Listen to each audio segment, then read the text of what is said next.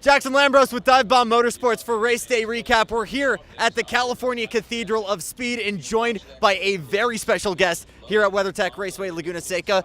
For anybody who watches IndyCar and somehow doesn't know who you are, David, introduce yourself. Hi, I'm David Land. I'm a YouTuber who covers IndyCar racing most of the time. Sometimes I cover other things like IMSA or wherever the wind blows. But we're here at Laguna Seca. This is the second time I've been here, so I'm really excited to be on Dive Bomb. I really appreciate what you guys do. So already, your first time here since 2022. So big changes, a repave, and already year to year, it seems like we've seen some big differences on track surface. Drivers are already clearly seeing some differences on track.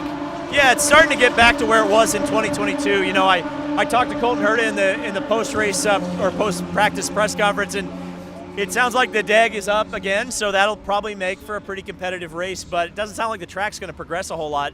You know, it'll get faster, but I think we're going to have a pretty competitive race here, and maybe a little bit less chaos than we've seen here the last couple of years, hopefully. And that's what we've needed here at Laguna Seca, a little bit of chaos or overlap in strategy, and it feels like low grip, high DEG, and I think, as you mentioned, David, that's exactly what we need for a good competition formula here. Yeah, that's the recipe. You want guys, on different strategies or different tire management strategies, and if you've got comers and goers, that's what we love, right? We love that the overlapping and the passing and the difference in pace. And I think you're going to see some of that throughout this weekend. Your early predictions so far for this weekend, obviously Pato very strong at the gate, Palou right there with him, maybe some underdogs in Callum Ilott and Louis Foster.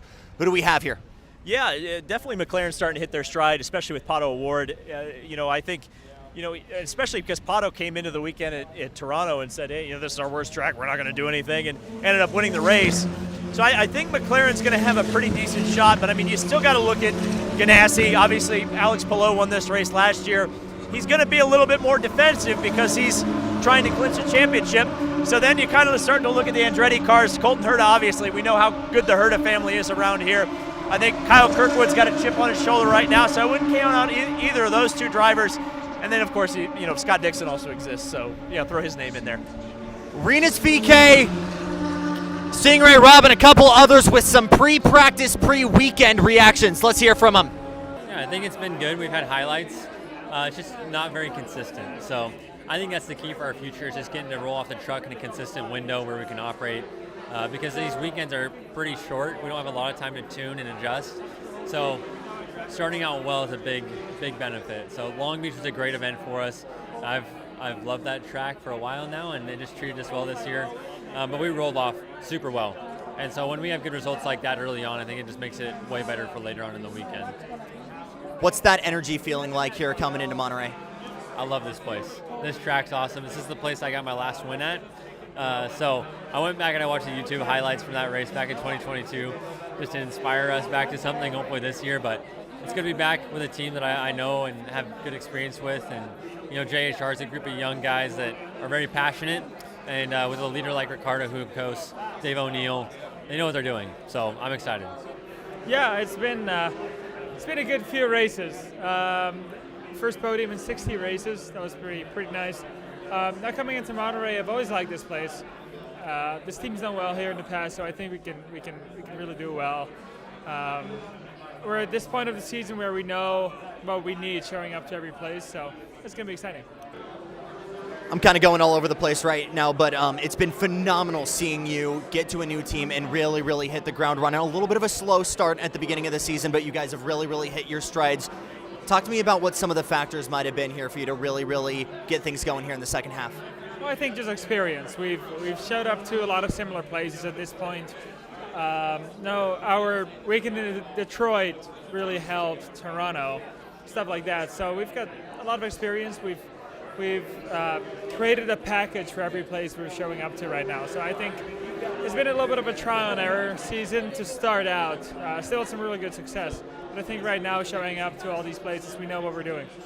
So Pato O'Ward comes from Toronto and carries that pace, carries that momentum into Monterey, but it has been an absolute chaotic start to practice today. A ton of cars off. Alexander Rossi with a big lick in the run up to the corkscrew. Joseph Newgarden backs it into turn 8 before the drop.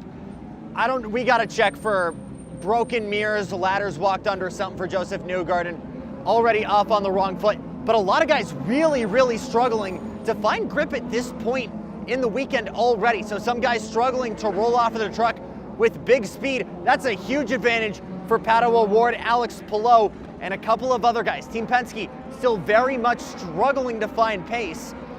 And we're looking at a championship picture right now where Álex Palou is really, really the one to beat, can kind of walk it home at this point. He needs a lot of bad luck going his way to bring it to the other 4 in this championship picture. But as you're about to hear from Palou, a couple other Chip Ganassi guys, and a whole plethora of other IndyCar drivers who had a good hour or so of practice today, there's some confidence still from Álex Palou. Let's hear from everybody. Yeah, it's good. I mean, it feels very different to last year. It's we get the hybrid this year. The track conditions don't feel like amazing. It just feels like we lost a bunch of grip. But everybody's struggling, which is it's good. It's good to see that it's tough to nail a good lap. So yeah, qualifying on the race will be interesting. What's the vibe like for your guys' end for quali tomorrow? Oh, it's good. I mean, we need to see what our teammates think as well. See what we can get ready for tomorrow. But it feels good so far. It's still early on, but let's see what we can do. Not a lot of grip. Same thing I just said. Not a lot of grip. Track is degraded over the past 2 years. Very coarse. So quite a bit of differences that we got to adjust to. How much of a mental change is it from running without the hybrid here last year? Not much. Just using the hybrid. It's nothing crazy. If I'm being honest, it's just you got to press a couple extra buttons per lap. So. How much work for you tomorrow? I'm sorry? How much work does it feel like you guys have tomorrow? Not much, because Colton just went really fast. Yeah. So we'll just go to what he's running and go from there. Need to do a little bit of work, but track's a little different from last year, but it's okay. How much grip lost out there? A little bit. Yeah, a couple seconds, something. Yeah, practice is definitely interesting. I only got one good run, which was at the start. Every other run that I went, just red flag right when you're starting your push lap. So didn't get to set a lap time, but overall, I think we have a really good direction on the car and see what we can get for tomorrow. Yeah, it was a tough one. I think at the start we were feeling like we weren't very good and made a lot of changes through the session. I think we ended better than we started, but we're gonna kind of reevaluate and try to go a different direction. We think we're not really in the right window right now, but yeah, we'll make some progress for practice too. I honestly have no idea. We didn't get to run the reds at a fast pace, so we really don't know. There was a lot of reds and a lot of people crashing, and so I think I got to do like 4 quick laps. So we really have no idea. Does the amount of offs motivate you for your shot at getting in this thing, or is it kind of ringing alarms for you? Oh no, I mean it's just people make mistakes and you see people pushing. So I think our car should be better as long as we just dial a few things in, and this team's been successful here, so we'll see. I feel like I think the car was pretty decent. Still needs a lot of work for it to be good, but I think the track was weird, different than expected. So tire wear seems to be a factor here. So it was a good practice. Jacob was also pretty quick there, so I think we've got some good data to look at and even better day tomorrow. Good motivation for quali? Oh yeah. Gotcha. Thanks. So Palou, VeeKay, a lot of guys really, really confident with what they have, and that's a little bit of bad luck for a lot of guys because crashes obviously bringing out those red flags, not giving a lot of guys that opportunity to get that level of laps. You see some guys struggling to get into those double digits. Kiffin Simpson and Santino Ferrucci being a couple of them. So we're gonna have to wait and see. The main feeling of what is brewing here is going to be a very chaotic race. Maybe not to 2023 levels, finale wrecking at the start chaos, but we're gonna have to wait and see. Qualifying tomorrow after another long length practice, and we'll wait and see in what is still going to be a very, very important session, and we'll be with you every single step of the way here on Dive Bomb.